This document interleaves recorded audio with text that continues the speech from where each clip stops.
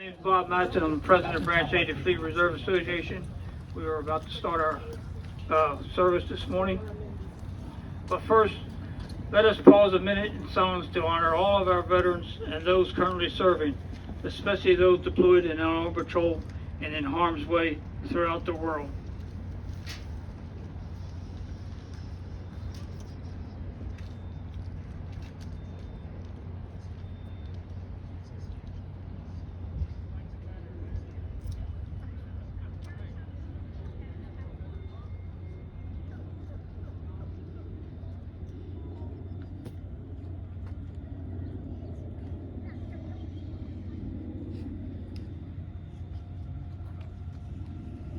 Thank you.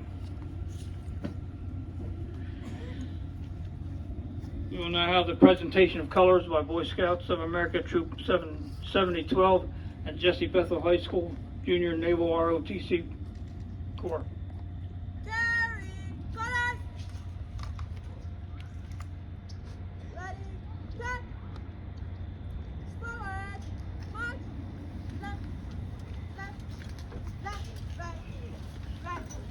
And salute. Right, left, color guard, hot. Left, present, color. Please uncover for the invocation. Pastor McCargo will give us the invocation.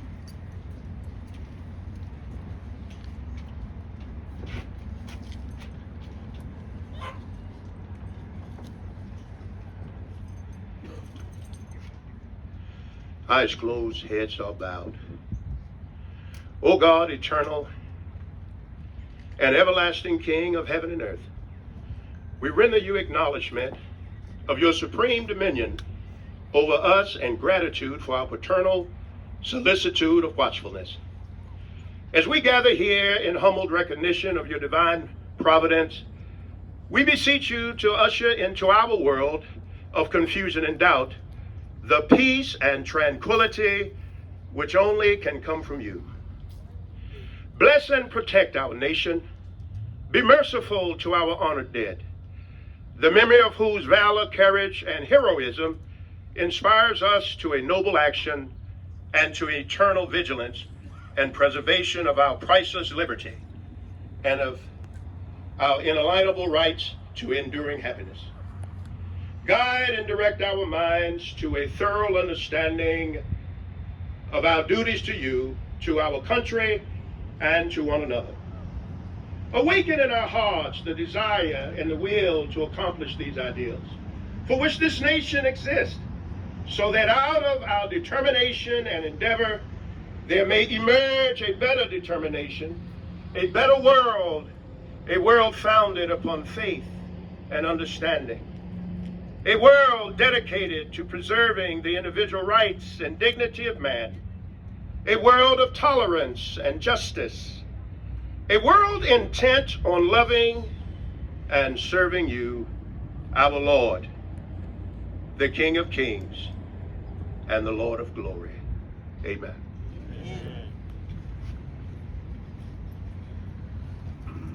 Cover. We will now have the Pledge of Allegiance by past President of Fleet Reserve Association Branch 8, Mr. Byrd. Would y'all join me in making a pledge to the allegiance? All veterans may salute. Civilians, would you put your right hand over your heart? I pledge allegiance to the flag of the United States of America and to the republic for which it stands, one nation, under God, indivisible, with liberty and justice for all. 2.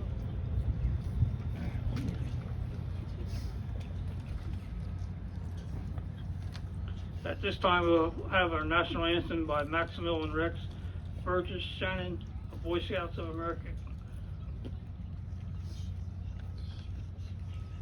And salute. Oh, say, can you see by the dawn's early light what so proudly we hailed at the twilight's last gleaming, whose broad stripes and bright stars through the perilous fight o'er the ramparts we watched were so gallantly streaming, and the rocket's red glare, the balls bursting in air, gave proof through the night that our flag was still there. Whoa, say does that star-spangled banner yet wave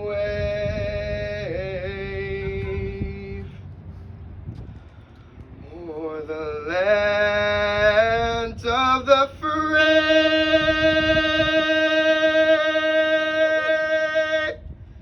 and the home of the brave.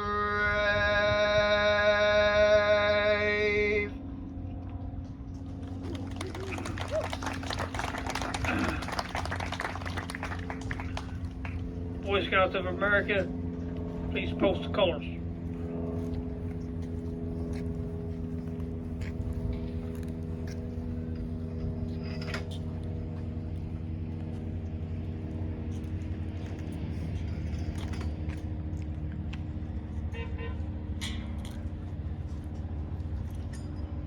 Dismiss the colors. Carry colors. Ready, cut. Right, set. Hand salute. Forward. March. Left, left, left, right, right, right, right, left, left, left, left, right, right, Two, right, right. please be seated. At this time, we'll have our remarks from Mayor Robert McConnell. Well, thank you. It's good to see those of you who are here today. I want to acknowledge your presence and thank you for that. It means a lot to the veterans community. Recently, we read that since COVID, we're walking 37% less steps than we ever did before. And that indicates to me that there's an added step I'm going to ask each of you to take. Many veterans get involved with the veterans movement when they get discharged, but many of them do not. They have to be sought out, they have to be reached, they have to be invited in. So it's our next step. I encourage each of you who knows one of those veterans to reach out and to bring them to an event in the future. Because without their involvement, without their support, the veterans community will not be as it is today. We are to continue to honor the traditions and what the military stands for, and indeed what the veterans community stands for. We need to grow our community. So going forward, ask somebody whom you know is a veteran, but has not come to an event such as this or at the Veterans Hall.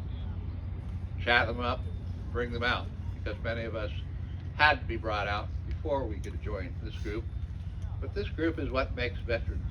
It's what taught me to be a veteran.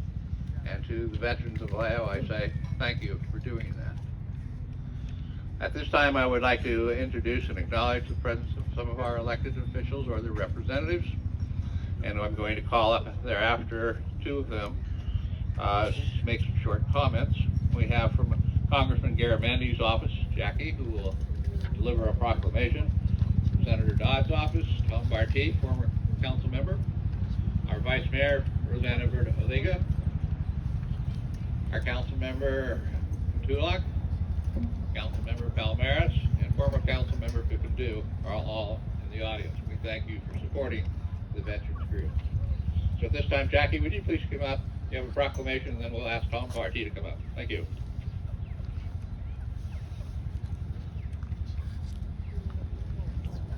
Thank you, Mr. Mayor. Hello, everyone. I'm Jackie from Congressman Garamendi's office. The congressman, sorry you couldn't be here today, but he sent me to read a statement on his behalf. So bear with me. Every day, United States service members bravely put their lives on the line for our country. The men and women who have served our nation faithfully deserve not only our respect and thanks, but our assurance that they will have the resources necessary to thrive as civilians. I am honored to represent current and former service members and have consistently worked to ensure they are treated justly. I have spent my career in Congress fighting to fulfill America's sacred obligation to care for the countless men and women who have bravely served our country. In 2019, I introduced the Oath Act, a bipartisan effort to ensure active duty military personnel and veterans can accurately document any toxins they were exposed to while deployed, so they can receive VA treatment for any health issues stemming from that exposure. In 2020, my bill, Merchant Mariners of World War II Congressional Gold Medal Act, was signed into law. This long overdue recognition was a chance to reflect on the bravery, sacrifice, and service of the merchant mariners, the oft-forgotten American military branch with the highest per capita casualty rate of any military service branch in the war. I was proud to have authored the legislation to make this possible and felt honored to present these brave men with the just recognition they deserve. I was also proud to support the Honoring Our Pact Act, signed into law in August 2022, to address the issues affecting veterans exposed to toxins. This legislation will finally treat toxic exposure as a cost of war and will deliver the health care, support, and relief owed to impacted veterans. As the top Democrat on the Subcommittee on Readiness, I play an integral role in shaping the National Defense Authorization Act. This annual bill sets the policy for the U.S. military, and each year I make sure it encompasses the interests of our veterans. In the NDAA for fiscal year 2023, I added provisions to address forever chemical contamination throughout military installations to protect service members from the hazardous chemicals that would have lifelong impacts on their health. Our veterans represent the best of our country. The men and women who have served our nation faithfully deserve not only our respect and thanks, but our assurance that they will have the resources necessary to thrive as civilians. Thank you for your service. Happy Veterans Day.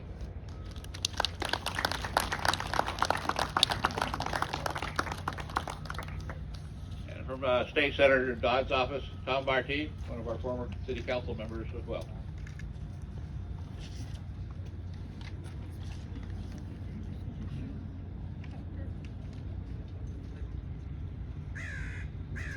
Good morning, everybody. Good morning. My name is Tom Barty, and I'm District Director for Senator Dodd, and I'm here today on his behalf to read the proclamation that was promulgated by Governor Gavin Newsom. On Veterans Day, we show our enduring respect and reverence for those who have served in the United States military to defend our freedoms and way of life. While we can never repay these brave men and women for their selfless service, our state is proud to pay tribute to veterans in deeds as well as words. The holiday was born of symbolism commemorating the armistice that took effect on the 11th hour of the 11th day of the 11th month of 1918 to end World War I.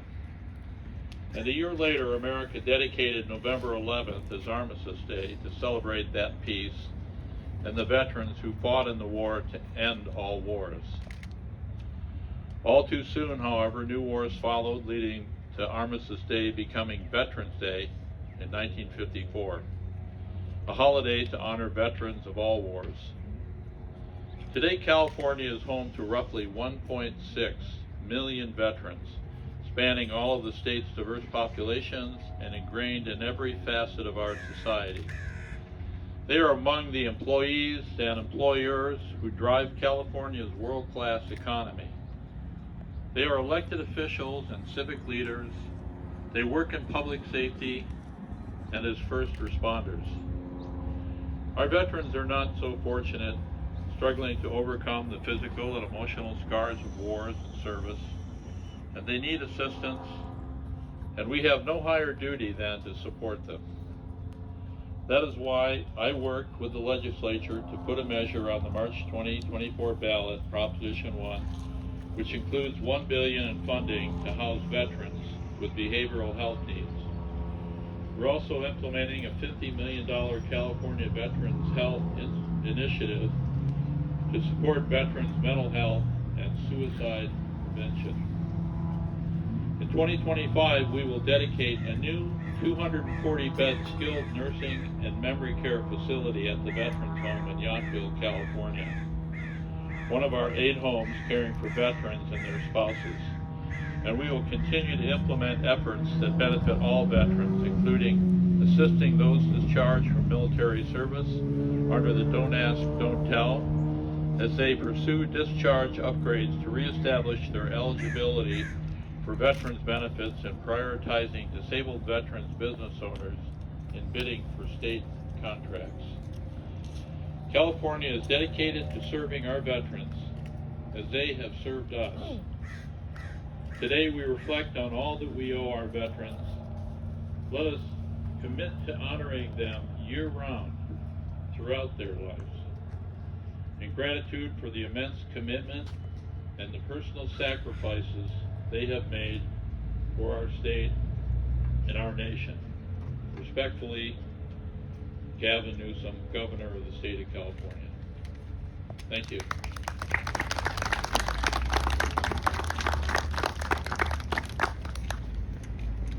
Thank you, Tom, especially my thanks to Senator Dodd and Governor Newsom. And allow me to introduce one other official dignitary who is standing back there in that very distinctive hat and red handkerchief, our former mayor and very strong supporter of the veterans community, Mayor Osby Davis.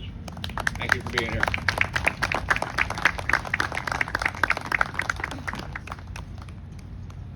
Okay, thank you, Mr. Mayor.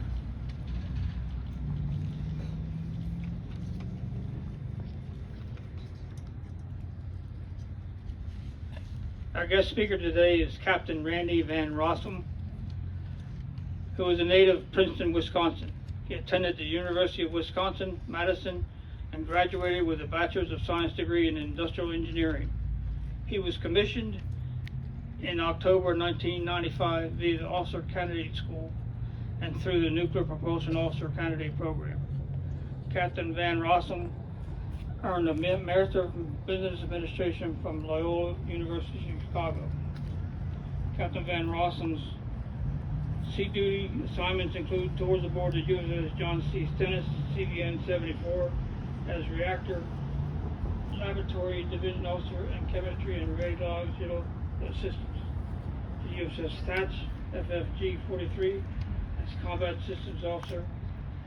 And aboard USS Nimitz, CVN 68, as main propulsion assistant. And USS Wayne E. Meyer, DDG 108, as executive officer and commanding officer. And he was commanding officer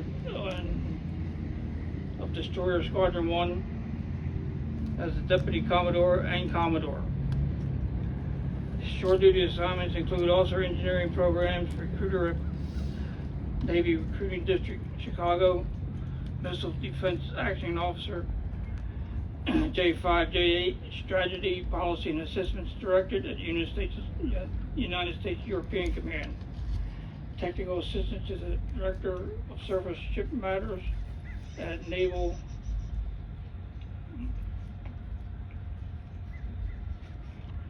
Reactors, Surface Nuclear Programs, and Placement at Naval Personnel Command and Chief of Staff at U.S. 3rd Fleet.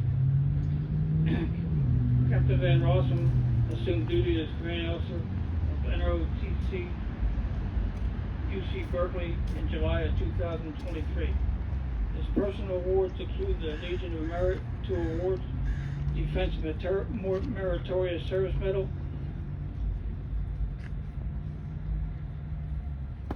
4 awards, Navy and Marine Corps Commendation Medal, 3 awards, Navy and Marine Corps Achievement Medal, and various campaign and service medals and ribbons. At this time, I'd like to introduce Captain Randy Van Rossum of Naval Junior of the Reserve Officer Training Program, Berkeley.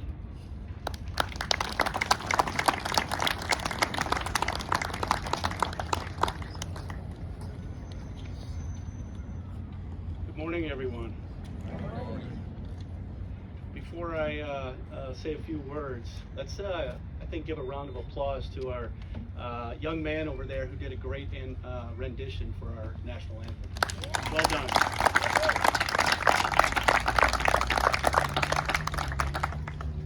Ladies and gentlemen, veterans, distinguished guests, and fellow Americans, it is both an honor and a privilege to stand before you today as the commanding officer of the Naval Reserve Officers Training Corps at the esteemed University of California, Berkeley, which also includes crosstown midshipmen from Stanford, UC Davis, and California Maritime Academy. I'm a career surface warfare officer as well as nuclear trained. I received my commission through Officer Candidate School, but certainly understand and respect the quality of officers that are commissioned through the ROTC programs throughout the United States.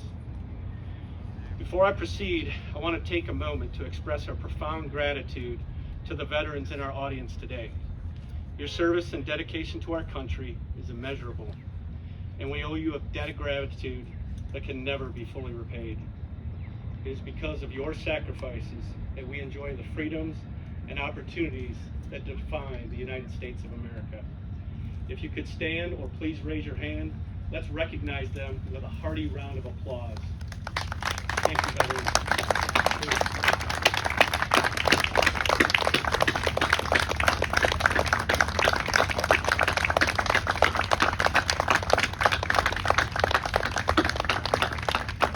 Thank you. I want to touch on some notable military leaders with ties to the ROTC programs at UC Berkeley, UC Davis, Stanford, and Cal Maritime. First, UC Berkeley, Admiral Chester Nimitz. Admiral Nimitz, a former commanding officer of the Naval ROTC unit at UC Berkeley, played a pivotal role in World War II as Commander-in-Chief of the Pacific Fleet. General Jimmy Doolittle, who was born in Alameda, California, received his undergraduate degree from UC Berkeley. General Doolittle was an American aviation pioneer who received the Medal of Honor for his daring raid on Japan during World War II. He also made early coast-to-coast flights, record-breaking speed flights, won many flying races, and helped develop and flight test instrument flying. Major General William Dean. General Dean, an Army ROTC graduate from Berkeley, is known for commanding the 24th Infantry Division at the outbreak of the Korean War. He led the division for several weeks in successive delaying battles against the North Koreans before he led his division in making a last stand at Daejeon. During the confused retreat from that city, General Dean was separated from his soldiers and badly injured. He was eventually captured by the North Koreans. He remained in North Korean custody near Pyongyang for the remainder of the war. University of California, Davis. Major Lawrence Phillips. He graduated from UC Davis in 1929. He was killed in the Philippines in 1944, where he had been tasked with organizing Philippine guerrilla forces.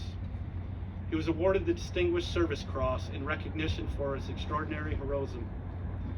As further testament to his bravery, he was buried with full military honors by the Japanese forces on the island due to his being held in esteem by the Japanese commander, who regarded him as a great and gallant soldier and a worthy adversary. Stanford University. Vice Admiral James Stockdale. Admiral Stockdale, who received his Master of Arts degree in International Relations from Stanford, was a United States naval aviator who was awarded the Medal of Honor in the Vietnam War, during which he was prisoner of war for over 7 years. He was the most senior naval officer held captive in Hanoi, North Vietnam. California State University Maritime Academy, Cal Maritime. Vice Admiral Michael J. Dumont. Retired Vice Admiral Michael DeMott was appointed interim president of Cal Maritime in March of 2023. Previously, he served as Deputy Commander, U.S. Northern Command, and Vice Commander of NORAD, where under the direction of the President of the United States and the Secretary of Defense, he was responsible for overseeing the protection of North America, providing homeland defense, maintaining cooperative security relationships, and supporting state, local, and tribal authorities. These distinguished leaders from UC Berkeley, UC Davis, Stanford, and Cal Maritime have not only excelled in their military careers, but have also made significant contributions to the defense and security of our nation. Their accomplishments serve as a testament to the high-quality ROTC programs at these institutions and the dedication of their graduates to serving their country. In addition to these heroes, when I was a junior officer, I had the privilege of serving alongside local ROTC distinguished naval leaders such as Vice Admiral Lindsay, a graduate of UC Berkeley, former commanding officer of Naval Installations Command, and Vice Admiral Dwyer, a native of Alameda, California, and graduate of California Maritime Academy, and the current commander of 2nd Fleet and Joint Forces Command Norfolk. These men continue to carry the torch of excellence and uphold the values of sacrifice, unity, and resilience. The Bay Area reached its peak of military service during World War II, when San Francisco was a center of military activity. Treasure Island was an intelligence post and naval installation. Piers 35 and 45 and Fort Mason were disembarkation points for troops headed to the Pacific. The Bay Area also boasted two major naval shipyards, one at Hunters Point in San Francisco, and of course, Mare Island here in Vallejo, the only place on the West Coast where submarines were built. 2/3 of the Liberty and Victory ships in World War II were built in the Bay Area. Vallejo, a city steeped in naval history, is an especially fitting place to reflect on the importance of service and values that bind our nation together. In the birthplace of the California Naval Fleet, we remember those who have served in times of peace and war, who have stood guard on our coasts, and who have sailed into harm's way to protect our interests and our way of life. Vallejo and San Francisco have been home to remarkable individuals who answered the call of duty and demonstrated extraordinary valor on the battlefield. Among them, we remember Admiral Chester Nimitz. As I mentioned before, Admiral Nimitz assumed command of the Pacific Fleet during World War II, a time when the outcome of the war hung in the balance. Nimitz's brilliant strategy and unwavering resolve played a pivotal role in turning the tide in favor of the Allies. Under his leadership, the Pacific Fleet executed daring operations, such as the Battle of Midway, that ultimately led to the defeat of the Japanese Empire. Admiral Nimitz's legacy endures not only in the annals of naval warfare, but also as a symbol of American leadership and determination. John Edward Lawton, Big Ed, 101-year-old World War II Merchant Marine veteran who survived a kamikaze attack on his ship. He and his shipmates carried critical supplies and people in support of the war.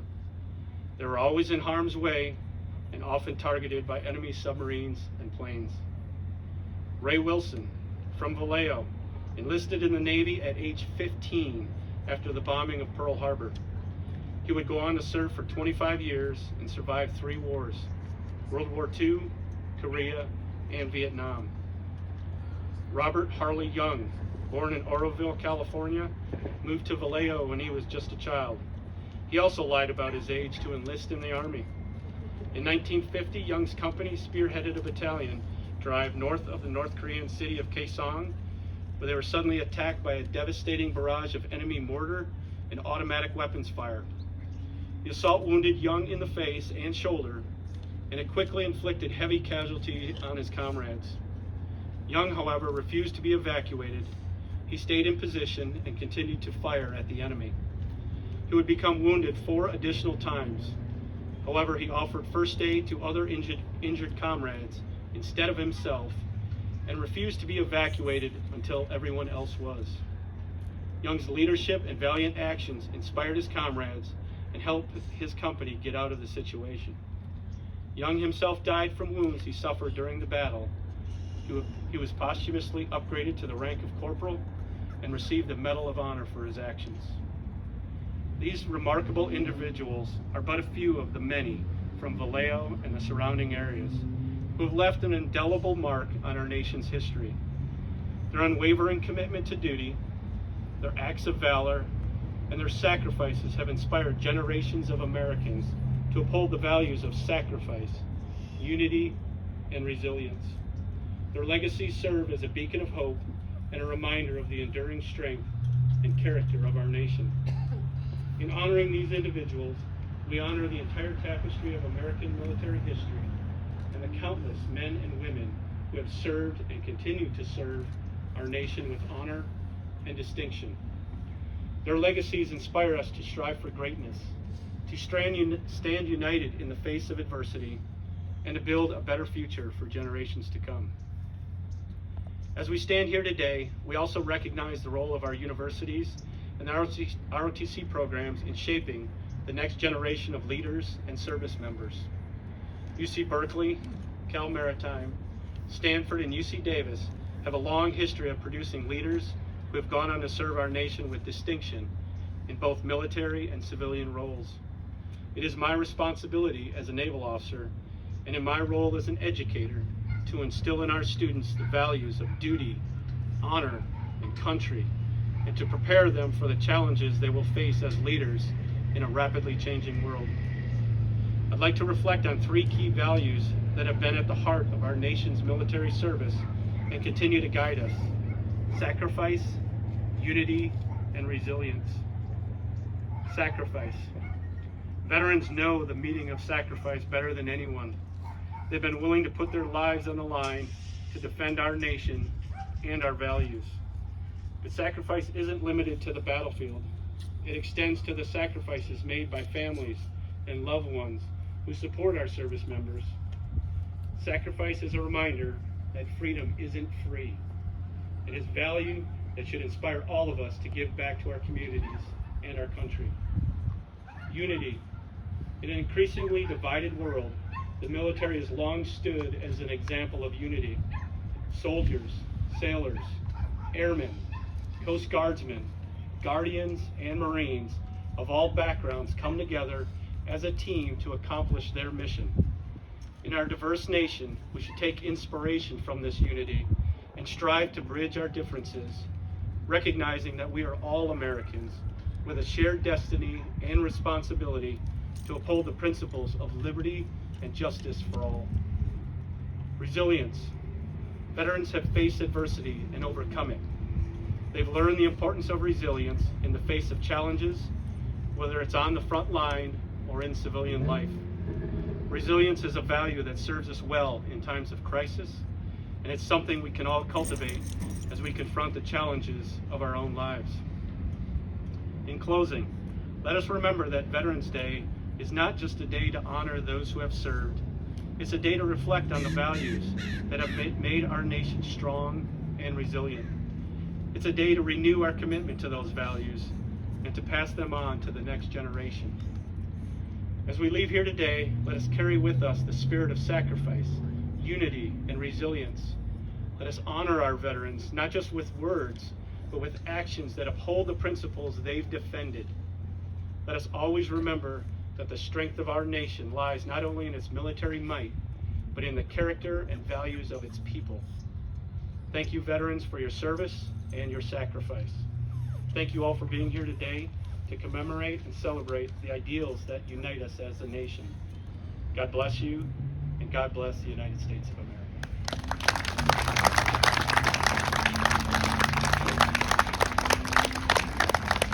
Thank you, Captain, for that very informative speech. At this time, I'll ask Captain Van Rossum and Mayor McConnell to place the memorial wreath on our memorial. Mr. Mayor, Captain, take the wreath and place it.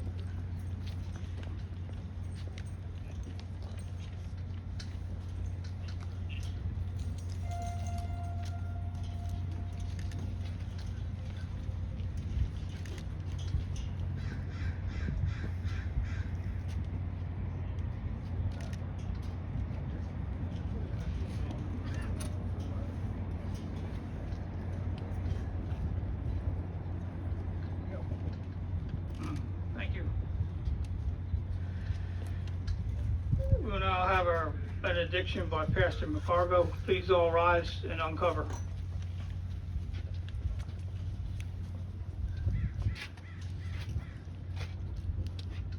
Eyes are closed, heads are bowed. Now unto him who is able to keep us from falling and to present us faultless before the presence of his glory with exceeding joy. The only wise God, our Father, be both glory, dominion, and power, both now, henceforth, and forever. May the Lord bless thee and keep thee. May the Lord make his face to shine upon thee, and make the Lord be gracious unto thee, and give thee peace. Amen. Cover. And salute. And I have taps.